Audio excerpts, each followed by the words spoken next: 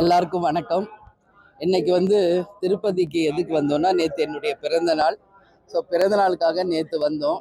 இன்னைக்கு உகாதி.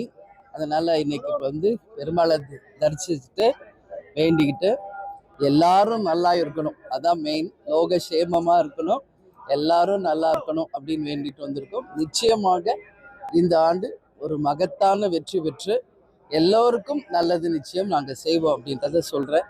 எனவே இன்னைக்கு திருப்பதியில் தரிசனம் பண்ணது ரொம்ப ரொம்ப மனசுக்கு நிறைவாக இருக்குது, மகிழ்ச்சியாக இருக்கு. நீங்கள் எதுவும் கேட்கணும்னா நன்றிங்க. சந்தோஷம்.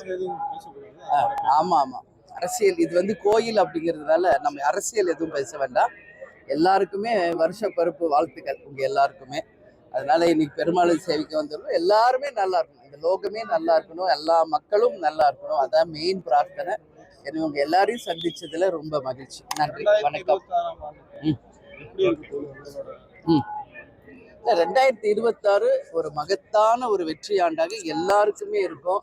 இன்னைக்கு வருஷ பருப்பு உங்க எல்லாரையும் சந்திச்சிருக்கேன். இந்த ஆண்டு எல்லாருக்குமே ஒரு வெற்றி வருஷமாக இருந்து அனைவருக்கும் நல்லது நடக்கின்ற ஒரு ஆண்டா இருக்கும். ஏன்னா இப்போ நான் தமிழ்நாடு, நாங்க இது ஆந்திரா, எல்லா மக்களும் இந்த லோகத்துல இருக்கிற எல்லாருமே நல்லா இருக்கணும்ன்றதான் என் மெயின் பிரார்த்தனை.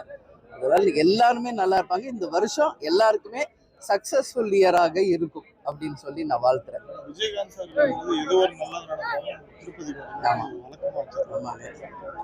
ஆமா, இன்னைக்கு கேப்டன் எப்பவுமே திருப்பதிக்கு வருவாரு, உங்க எல்லாருக்கும் தெரியும். கேப்டன் எங்கேயும் போல எங்க கூட தான் இருக்காரு, நம்ம கூட தான் இருக்காரு. அதனால அவர் எப்பவுமே அவரோட பிளெஸிங்ல தான் நாங்கள் ஒரு ஸ்டெப் வைக்கிறோம்.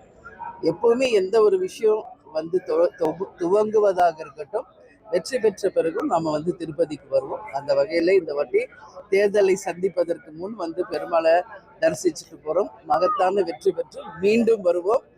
திருப்பதிக்கு அவருக்கு நன்றிகளை சொல்ல